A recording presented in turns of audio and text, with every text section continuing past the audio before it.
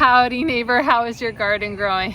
Well, we just survived a hurricane. What I was thinking today is I was going to take you through some wild ideas that you might want to consider doing post-hurricane. So whether you did the hurricane hustle and didn't really have much happen to your garden, or you had a lot happen to your garden, we're going to go over some ideas, some tips, and answer your questions so that you can get your garden back on track post-hurricane. Do you have a building to live in? Is there a roof on top of it?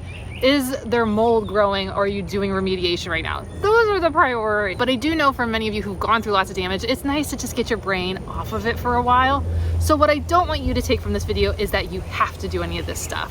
I don't want you to feel bad about it, and I don't want you to feel like you're behind. You don't need to worry about your garden right now. You don't need to worry about your vegetable garden right now. You don't need to worry about flowers right now, or fruit trees, or native plants, or any of it. I'm sure the greater Wild Floridian neighbor community would agree.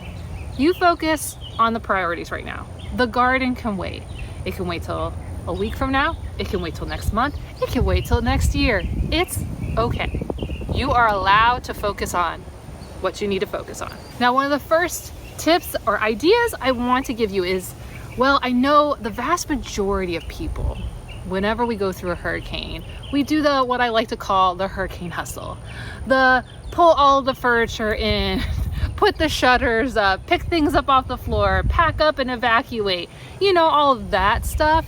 And it can be, for so many, a whole lot of nothing happened. It's kind of this weird dichotomy, right? It's this double feeling of like, yay, I survived and all my stuff is fine, but also like, oh, I did all that work for what? And that's okay, and it's totally normal. But may I inspire you that if you have done the hurricane hustle and your house, your garden, your stuff in general, not much happened, we can take lemons and make it into lemonade. We can find the silver lining. And this is something that I have done for like lots of hurricanes.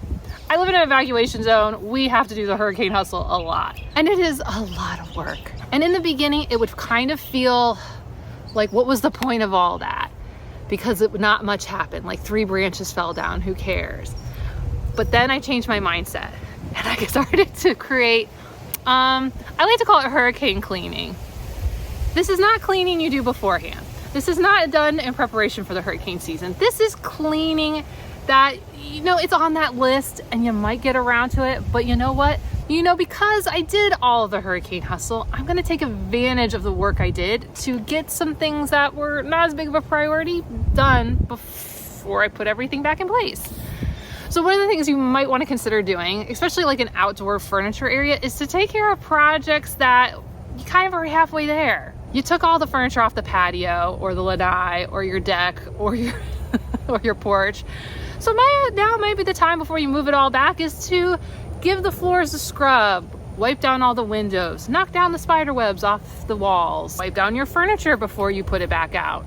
You know, it's not a priority, but honestly, the project's like kind of halfway done.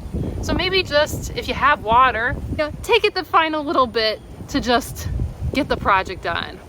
And that's what I just did after the hurricane, because we had the patio done, is I just took a broom, a bucket of soapy water, and my hose, and I just washed the floors. I knocked down everything off the walls. I cleaned the exterior windows really nicely, so that now that I'm putting all the furniture back, which I just wiped off all of it too, it's fresh and clean and nice, so that when I go hang out outside for these nicer, cooler months that are coming, the patio's in a better place. And then on top of this idea, because we shove everything in the garage, you too, or you're just someone who stores a lot of stuff in your garage, because I'm moving a lot of stuff back out again, well, maybe just take advantage of the time and move a little bit more stuff out and give your garage a good sweep. Again, knock down the spider webs off the walls, wipe down the window if you have one in your garage.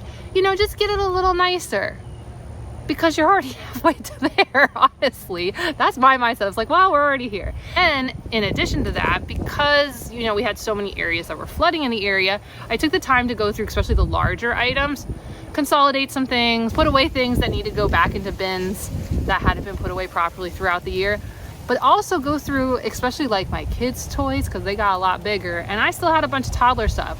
So one of the things I did to take advantage of the fact that I'm moving all this stuff around anyways was to go just quickly through things and see if there was anything that could be used by my neighbors and be donated. And that's one of the things we were able to do. We were able to take a whole bunch of toddler kid toys and donate them to one of our neighbors who lost all their kids' stuff during Hurricane Helene. I feel like this is like one of those win-wins. I got stuff out of my garage and my neighbor was able to get stuff for free. So consider that while the hurricane hustle can be very inconvenient, we could take advantage of it to both benefit ourselves and potentially benefit our neighbors too. Another thing to consider as part of the hurricane hustle is that as you're clearing out your garage, you may have had stuff that was in preparation for projects and you had to move it around. And I, because of my manufacturing background, love to minimize how much we touch things, how much we move things. And this is where having a plan is so helpful because your plan isn't to have a hurricane, but if your plan is for something in your garden, sometimes you can just, well, you're already out there sweating, you're already doing a lot of work, maybe just like knock it out. Like maybe it's just like another half hour. You already bought bags of soil for your vegetable gardens. Maybe instead of moving the bags around again so you can get your cars back in the garage, maybe just go ahead and dump them. Just get it done. Maybe add that extra 15 minutes to go and like weed the bed before you dump it. And like, just check that off your list because yeah, you're doing the hurricane hustle, but now you're getting stuff done. And for me, this looked like, well, we have been doing the work of prepping our vegetable garden for the fall by putting down mulch, and we had a giant pile of mulch. And the people who had, and the chip drop service dumped all the mulch on top of a pallet of blocks from our cottage project. So as the hurricane is coming, we finally are able to access that pallet, then spend time moving all those bricks and blocks inside, and each one of them is 22 pounds. It was a lot of work.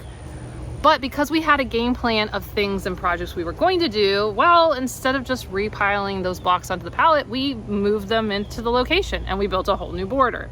Now, I know for you, that's probably not gonna be the same, but are there things that you have like almost there that as you're putting stuff away in your garage, like maybe you just take the 30 minutes, maybe you just take an hour and you just get that project done really quick. Now, the next thing people have been asking about is with especially these two back-to-back hurricanes of Helene and Milton, it was not great timing for the beginning of our vegetable garden season. And I know, as always, as we go into fall, so many people already feel behind with life happening, and then throw into hurricanes, what happened to your seedlings? But this is why, if you remember in my monthly garden guide tips, in my seed starting tips, I always tell you guys hold seeds back because this happens. This is not unusual that you had either the hurricane hit you and your seedlings got killed, or you're like me with the moving them in the garage and taking them back out and moving them and moving all the other stuff. Well, they didn't. Not all of them did so great, and I lost a bunch. So the question becomes, can I restart? And the short answer is, yeah, of course you can. You live in Florida, and you know what's amazing about Florida is you can grow something every single month of the year. No matter whether it's a vegetable, it's a fruit, or a flower, there is always something to grow. Now, if you have been getting things started, you may be wondering like, okay, but I got you, but like what things do I start? Well, we are mid-October, and so of course you can go ahead and check out my October garden guide for a more comprehensive list. But if I were you, and I am you because I lost a bunch of my seedlings, here's how I'm prioritizing. One, I am focused on my longer cold weather crops because we're in October, they just tend to take longer. We're heading into the cooler season. It might not feel cool yet. Well, today it feels cool actually today the weather's really, really nice, and it was actually cold this morning. 50s. I know, Floridians, hang on there. What I'd be focusing on is one, brassicas, because they take a long time. That's your broccolis, cauliflowers. That's gonna be your cabbages, your Brussels sprouts, your kales, all of those, just because they take a little bit longer to get going, I'm focused on those first. The next thing I'm gonna focus on, onions. Love our 1015 Texas Grano onions, and 1015 stands for October 15th, which, oh my gosh, that's just gone by. Perfect timing. Go get those onions in the ground. You can, of course, start these in trays, or you could just go straight to putting them in the beds. That's one of the things I'm gonna be doing in the coming week is finishing filling all the beds, and then just going straight to seed starting in the ground, right in the ground. Now, when it comes to warm weather crops, because we're in mid-October and it's a little bit cooler right now, warm weather crops, if you're in South Florida, your zone 10s, sure, go ahead, restart your warm weather crops. If you're my zone 9s, my zone 8s, it's on the late side. So I wouldn't, unless you have extra seed trays, you have the extra space, you have the seeds. Why not? Why not? Some years are warmer, some years are cooler, some years are wetter, some years are drier. I mean, stuff changes every year. So if you got your cold weather crop stuff done, you got the spacing, you got your seed trays, all that's taken care of, and you really wanted to try to get those warm weather crops back, why not? If you got the stuff, go for it. I would. Feeling like I just don't have quite enough trays, or, you know, I live in North Florida and we really are heading into those cooler nights. We're hitting 50s and low 60s regularly, and it looks like that for the near future. Maybe just hold on to your tomato seeds and your pepper seeds till January, February. That's when we're gonna get back started with warm weather crops. It's only a few months away. The next question might be for you guys is, what if your vegetable beds got surge in them? What if you got the water backing up out of the stormwater drains? What do you do then? So the problem is vegetables do not like salt. They don't like salt at all. It's not going to be good. And also when it comes to that sewer water, I mean, we don't know what's in there. What you might want to consider doing is, at least, depending on how deep your beds are, is at least taking the top 6 inches off and getting fresh soil. Again, if your house is like a mess and you got all that to focus on, go focus on that. But if this makes you feel better about your vegetables, I would take the first 6 inches off and I would replace it. But there are many of you out there who survived Ian and Irma, and I'd love to hear what you guys did too.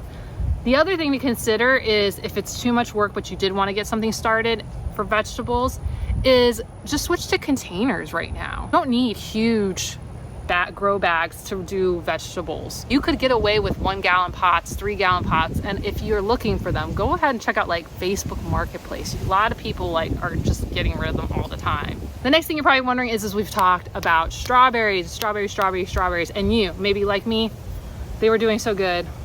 And then with the hurricane hustle, and when I opened up the door, the garage, the last leaves were starting to fall off of the strawberries. So technically we're not supposed to start berry strawberries this month, but you know what? I'm doing it. I already reordered. I'm doing it. I'm gonna push it, and you might want to consider doing that too. The only thing I would consider is do you have a really sunny, warm spot to keep that temperature? Because that's really the thing when we're talking about timing of starting like August versus September versus October, is we're talking temperature right now. And because October in certain parts of Florida starts to dip, we want that warmth to get those roots established. So consider getting some small pots and just getting them going in warmer areas so that you could catch up.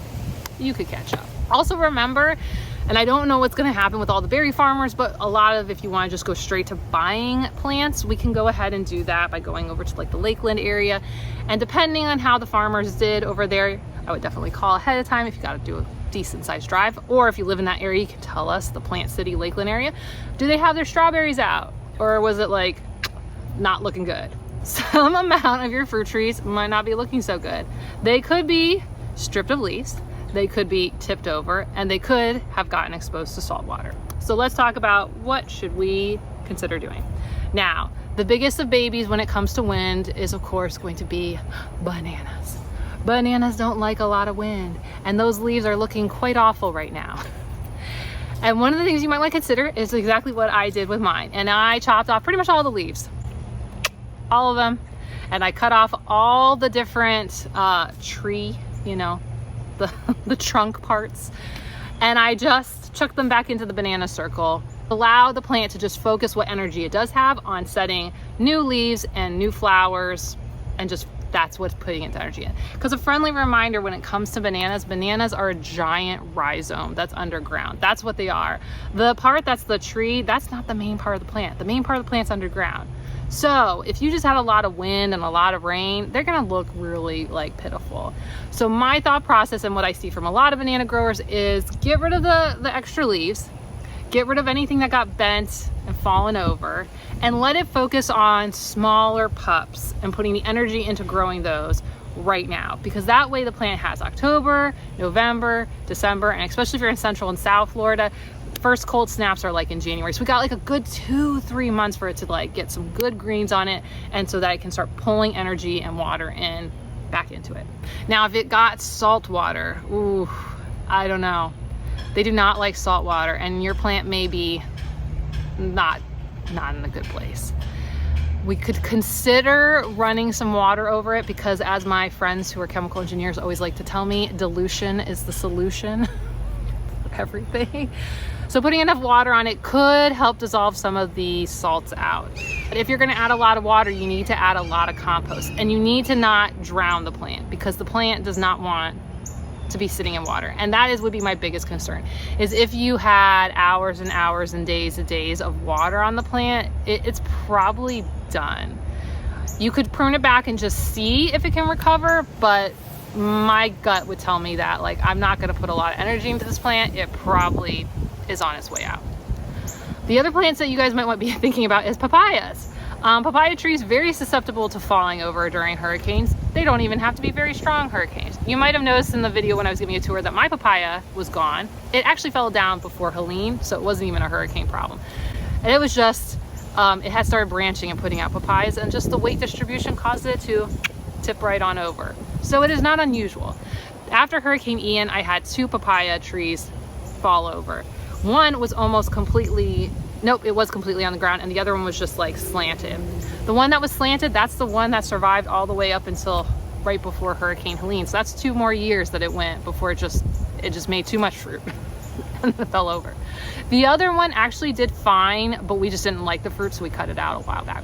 So if it's a papaya tree, go ahead, shove it back up. And they don't have a really big root system, which is why they fall down.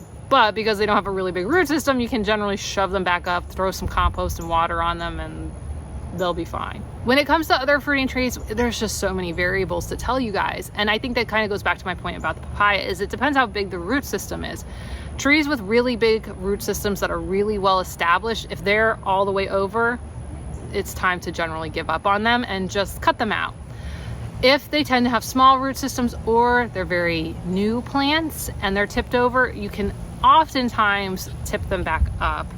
But a word of warning, I've seen this with some of my neighbors, like especially one with a jatropha, which isn't a fruit, but it's a similar concept.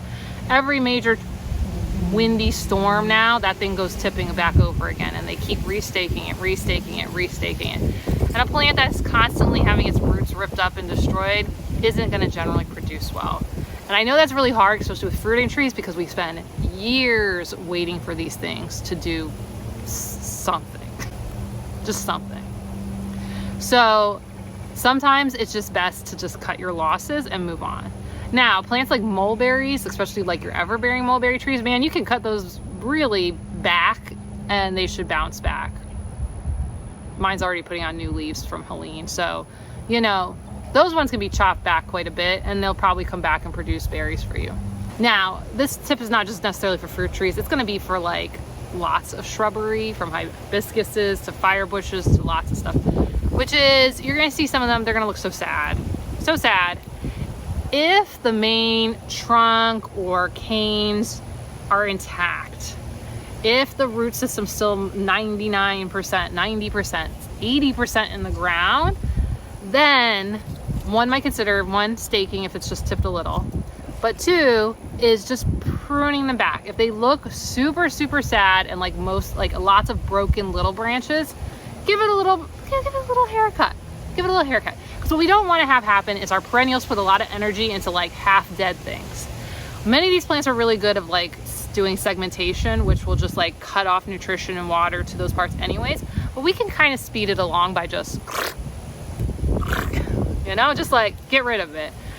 Also, this will be aesthetically nicer because as it grows back in, instead of it being like one little leaf here and one little leaf here, it'll more evenly fill back in, which will look a little bit nicer. It'll probably feel a lot better in a few weeks. Right now it's gonna feel like, wow, everything looks like sticks, but it'll at least look like organized sticks. So that's one of the things Ben and I did when it came to our Cassia fistula, aka the golden shower tree.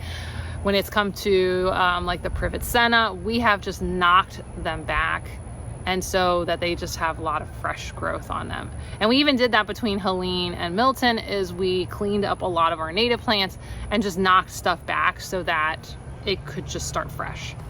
So something to consider is just give everything like a bit of a prune. Now, I have people ask me, but what about the wildlife? If we're pruning stuff back, we're gonna lose a lot of flowers in that process. And that is true. So one of the things that I considered as I kind of knocked stuff back is like what still had a lot of flowers in my yard and in very close proximity to my yard. So like Mr. Cliff's yard, right? My neighbors Tara and Ryan, Kim and Shane, like what did I see had flowers on it that was probably not gonna get knocked back? And then I'm doing a phase approach. So we focus first on our perennials, large shrubs, pruning those backs. When it came to more of the wildflower, the smaller stuff, those things we're waiting a couple weeks, allow the perennials to kind of bounce back, and then we're going to start picking away at those to knock those back. So that does still leave a lot of nectar sources, a lot of pollen sources for our bees and our butterflies. There's still a lot of berries for the birds. That's one of the reasons we didn't cut back the beautyberry yet, because there's still a lot of beautyberries on there for the birds. So they still have food in the area. It's not unusual after a hurricane, even in the wild, for wildlife to not have enough food. So there are going to be losses that kind of come afterwards. There's only so much we can do. But the best thing we can do is to try to get the plants back into a healthy state so that when they come back, wildlife will have plentiful food afterwards. So one of the things that we do want to focus on is getting the plants back into a healthy state as quickly as possible, because what wildlife does survive, and all the wildlife that's migrating through the area, the faster there can be food available for them again, and much more larger quantities than one little sad flower here and one little sad flower there. Next question was about salt water just generally in your lawn. Like, what do you do about that? The closer you live to the water, the more you should be considering this long-term anyways. If you live near the beach or beach adjacent areas, you should consider not just what you do today, but what you're going to be doing long-term planning, because salt water and salt in the air is just a common thing. So what I would be considering is, how am I converting over time my yard to a much more salt tolerant landscape in general? Not because you want to be hit by hurricanes, but just salt tolerant plants just tend to do better. And of course, a lot of those are like native plants. Everything from sea grapes and muhly grasses, seaside goldenrods. There's like a whole list of native plants because, you know, they were designed to go and like be the thing. But even if you live like a mile inland and you're one of those places that can flood, one of the plants that I saw all around town that just did fine, even in areas that flooded, was Dune Sunflower. You know, the plant that I'm always recommending for you guys to put like between the street and the sidewalk because it loves sandy soil? Well, it also really is not bothered by salt water, because Dune Sunflower grows on the beaches. But Dune Sunflower, like, that's where it naturally occurs, on the dunes. So it can handle salt water. It is not bothered by salt water. The other thing is that over time, as you just run your sprinklers and rain happens, the salt will start to wash out. But in the near future, I would not be prioritizing putting a lot of time into a lawn as much as I would be prioritizing perennials in your area. I hope this video helped give you some tips, some ideas, answer some of your questions, and got you motivated to get out there and take advantage of your hurricane hustle and get some hurricane cleaning done, or just to feel like, yeah, it's okay, I don't need to prioritize this right now. So wherever you are in the state, I wish you safety and health and happiness. And okay, I'll see you soon. Bye.